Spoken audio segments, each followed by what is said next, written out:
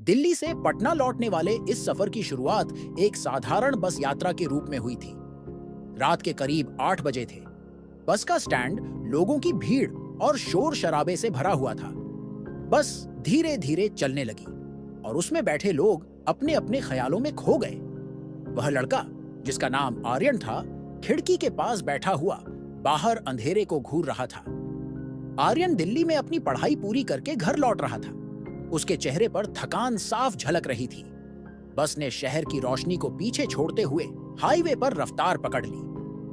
सफर लंबा था और ज्यादातर यात्री अपनी सीट पर सोने की कोशिश कर रहे थे। आर्यन ने भी अपनी आंखें बंद की, लेकिन उसे नींद नहीं आ रही थी। वह अपने फोन में गाने सुनने लगा। तभी उसकी नजर बस में एक अजीब सा माहौल बनाने वाले यात्री पर पड़ी। वह आदमी काले कपड़े पहने हुए था और उसका चेहरा आधा ढका हुआ था। वह लगातार बस के अंदर बाहर देख रहा था, जैसे किसी का इंतजार कर रहा हो। कुछ देर बाद बस एक सुनसान जगह पर रुक गई। ड्राइवर ने घोषणा की कि बस में थोड़ी तकनीकी खराबी आ गई है और उसे ठीक करने में थोड़ा समय लगेगा। यात्री परेशान हो गए। आर्यन ने खिड़की से बाहर झांका। चारों ओर घना अंधेरा था। आसपास कहीं कोई बस्ती नहीं थी, सिर्फ जंगल और सड़क का सन्नाटा। ड्राइवर और कंडक्टर नीचे उतरकर बस का मुआयना करने लगे। तभी वह काला कपड़े वाला आदमी अपनी सीट से उठकर बस से बाहर चला गया। आर्यन की नजरें उस पर थीं। वह आदमी धीरे धीरे बस से दूर जाने लगा। आर्यन को उसकी हरकतें अजीब लगीं। थोड़ी देर बाद ड्राइवर वापस आया और बस चल पड़ी, लेकिन माहौल अब पहले जैसा नहीं था। यात्रियों में अजीब सा खौफ फैलने लगा था। कुछ लोगों ने महसूस किया कि बस में अचानक ठंड बढ़ गई थी। आर्यन ने भी अपनी सीट के नीचे से ठंडी हवा महसूस की। यह समझ पाना मुश्किल था कि यह ठंड कहां से आ रही थी। बस ने एक सुनसान ढाबे पर रुकने का फैसला किया। यात्री उतरकर चाय नाश्ता करने लगे। आर्यन भी बस से नीचे उतरा। ढाबे पर रोशनी कम थी और वहां एक बूढ़ा आदमी बैठा हुआ था। उसने आर्यन को देखते ही कहा, इस इलाके में देर रात रुकना अच्छा नहीं है बेटा, जल्दी यहां से चले जाओ। आर्यन को उसकी बात सुनकर थोड़ा अजीब लगा, लेकिन उसने ध्यान नहीं दिया। जब बस फिर से चल पड़ी तो आर्यन ने महसूस किया कि वह आदमी जो काले कपड़े पहने था वापस नहीं आया। उसकी सीट खाली थी। यात्रियों ने भी गौर किया, लेकिन किसी ने ज्यादा सवाल नहीं किए। बस अपने रास्ते पर चल रही थी, लेकिन आर्यन को बार बार ऐसा लग रहा था कि वह आदमी अभी भी बस के अंदर है। कुछ घंटे बीत गए और अचानक बस में एक जोरदार चीख सुनाई दी। सभी यात्री चौंक कर उठ बैठे। चीख पीछे की सीट से आई थी। वहां बैठी एक महिला अपने बच्चे को गोद में पकड़े जोर जोर से रो रही थी। उसने कहा कि उसके बच्चे ने किसी को देखा जो सीट के नीचे छिपा हुआ था। ड्राइवर ने बस रोकी और सभी ने सीटों की तलाशी ली, लेकिन वहां कोई नहीं था। सफर अब और डरावना हो चुका था। यात्रियों के चेहरों पर खौफ साफ नजर आ रहा था। आर्यन का दिल भी तेजी से धड़क रहा था। वह सोच रहा था कि आखिर यह सब क्या हो रहा है। बस ने आगे एक छोटे से गांव के पास रुकने का फैसला किया। वहां एक पुराना शिव मंदिर था। यात्रियों ने सोचा कि थोड़ी देर रुककर भगवान का आशीर्वाद ले लेना चाहिए। सभी मंदिर के अंदर गए। वहां एक साधु बैठे हुए थे। साधु ने सभी को देखकर कहा, तुम लोगों के साथ कुछ अशुभ छाया है। इस बस में कुछ ऐसा है जो इंसानी नहीं है। साधु की बात सुनकर सभी सन्न रह गए। किसी को समझ नहीं आ रहा था कि अब क्या किया जाए। तभी साधु ने कहा, बस को इस गांव में मत रोको, यहां से जल्दी निकलो, लेकिन सावधान रहो। बस वापस चल पड़ी, लेकिन अब यात्रियों की संख्या कम लगने लगी थी। कुछ लोगों ने महसूस किया कि बस में जितने यात्री पहले थे अब उतने नहीं थे। ड्राइवर ने जब गिनती की तो वह भी हैरान रह गया। कुछ यात्री गायब थे। आर्यन का डर अब हद से ज्यादा बढ़ चुका था। उसने कंडक्टर से पूछा कि उन यात्रियों का क्या हुआ। कंडक्टर ने सिर्फ सिर हिलाया और कहा, मुझे नहीं पता। रात का समय था और बस एक जंगल के पास पहुंची। वहां सड़क पर अचानक सफेद साड़ी में लिपटी एक औरत खड़ी दिखी। ड्राइवर ने जोर से ब्रेक मारे, लेकिन जब उसने देखा तो वह औरत गायब हो चुकी थी। यात्रियों में दहशत फैल गई। आर्यन को लगने लगा कि यह सफर कभी खत्म नहीं होगा। वह खिड़की से बाहर झांक रहा था जब उसने देखा कि वही काला कपड़े वाला आदमी बस के पीछे दौड़ रहा था। उसकी चाल इंसानों जैसी नहीं थी। वह हवा में दौड़ता हुआ नजर आ रहा था। आर्यन ने अपनी सीट से खड़े होकर चिल्लाया, लेकिन उसकी आवाज किसी ने नहीं सुनी। बस के अंदर का माहौल अब पूरी तरह से खामोश हो गया था। यात्रियों के चेहरे फीके पड़ गए थे। किसी की हिम्मत नहीं हो रही थी कि वह कुछ कहे। बस आखिरकार पटना के करीब पहुंची।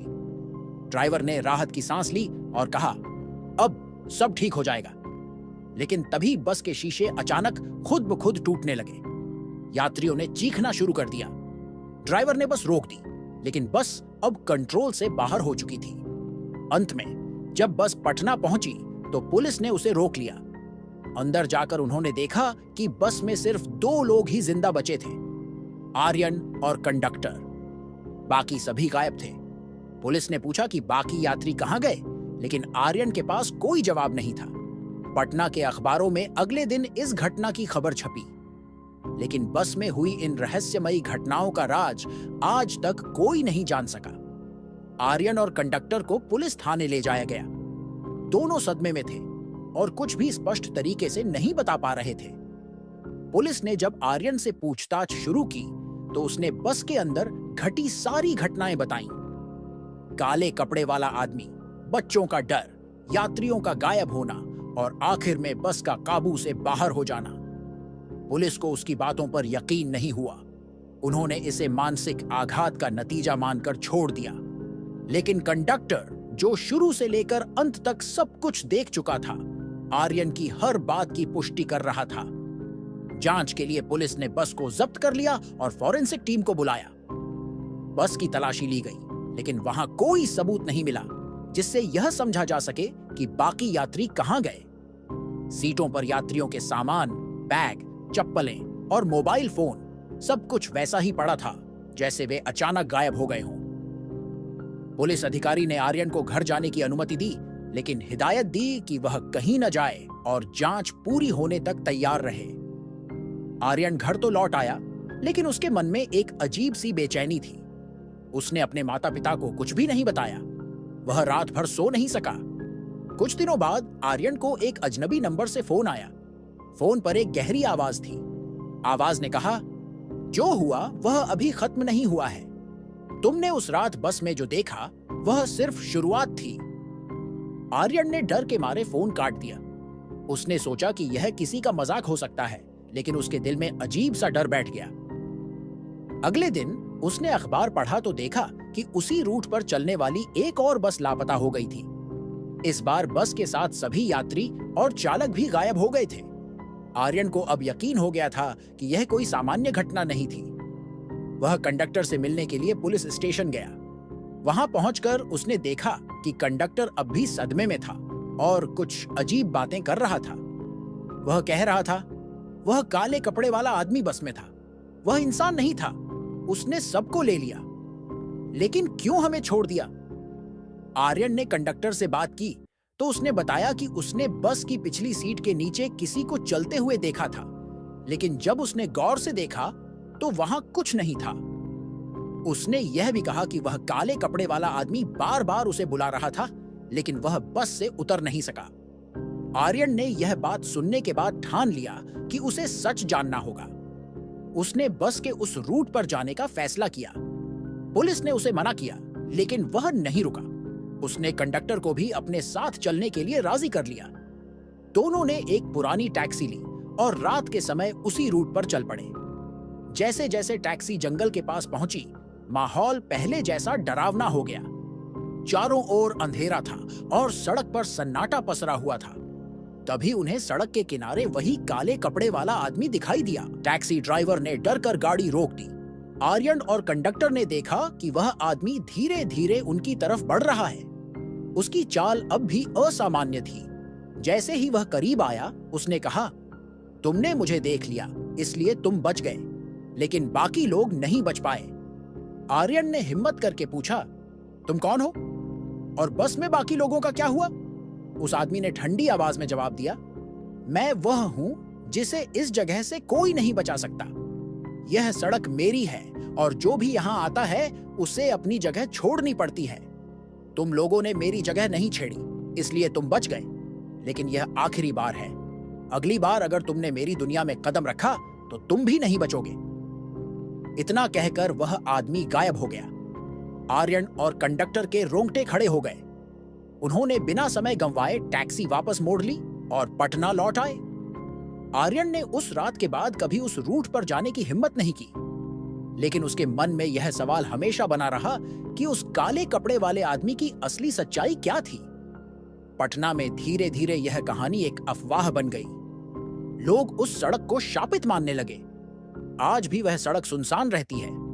कोई बस, कोई वाहन रात में उस पर चलने की हिम्मत नहीं करता, और जो इस नियम को तोड़ता है वह कभी वापस नहीं लौटता। आर्यन ने अपनी जिंदगी में बहुत कुछ देखा, लेकिन उस रात की कहानी ने उसकी आत्मा में एक डर हमेशा के लिए छोड़ दिया। आर्यन ने कोशिश की कि वह उस डरावनी रात की यादों से छुटकारा पा सके, लेकिन हर बीतते दिन के साथ उसका डर और बढ़ता गया। काले कपड़े वाले उस आदमी की बातें उसके दिमाग में बार बार गूंजती थीं। वह समझ नहीं पा रहा था कि यह सब उसके साथ ही क्यों हुआ। एक दिन उसने ठान लिया कि वह इस रहस्य को सुलझाने के लिए मदद लेगा।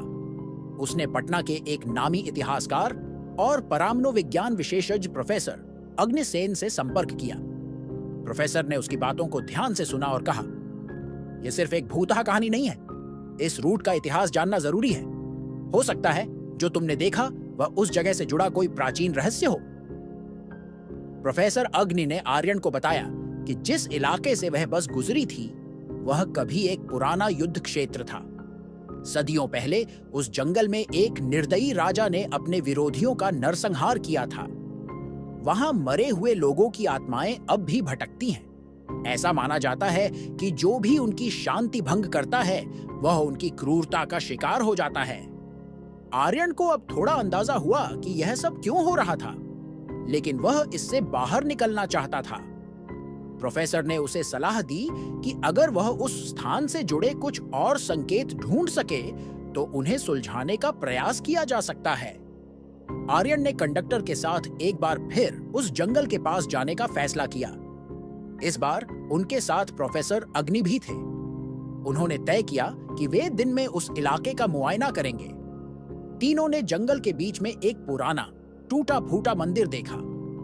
मंदिर के आसपास जमीन पर अजीबोगरीब निशान थे, जैसे किसी प्राचीन अनुष्ठान के चिन्ह हो। जैसे ही वे मंदिर के अंदर गए, माहौल अचानक भारी हो गया।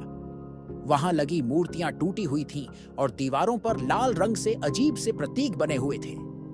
प्रोफेसर ने तुरंत समझ लिया कि यह जगह शापित है। उन्होंने कहा, यहां कोई बहुत बड़ा बलिदान हुआ है। यह सिर्फ एक साधारण मंदिर नहीं है। यहाँ की ऊर्जा बहुत नकारात्मक है। हमें बहुत सावधानी से काम लेना होगा। आर्यन ने ध्यान से चारों ओर देखा। तभी उसे मंदिर के एक कोने में जमीन पर एक पुरानी किताब दिखाई दी। किताब धूल और मिट्टी से भरी हुई थी। उसने उसे उठाया और देखा कि उसमें प्राचीन संस्कृत में कुछ लिखा था। प्रोफेसर ने किताब को देखा और पढ़ने की कोशिश की। उन्होंने कहा, यह एक अनुष्ठान की किताब है।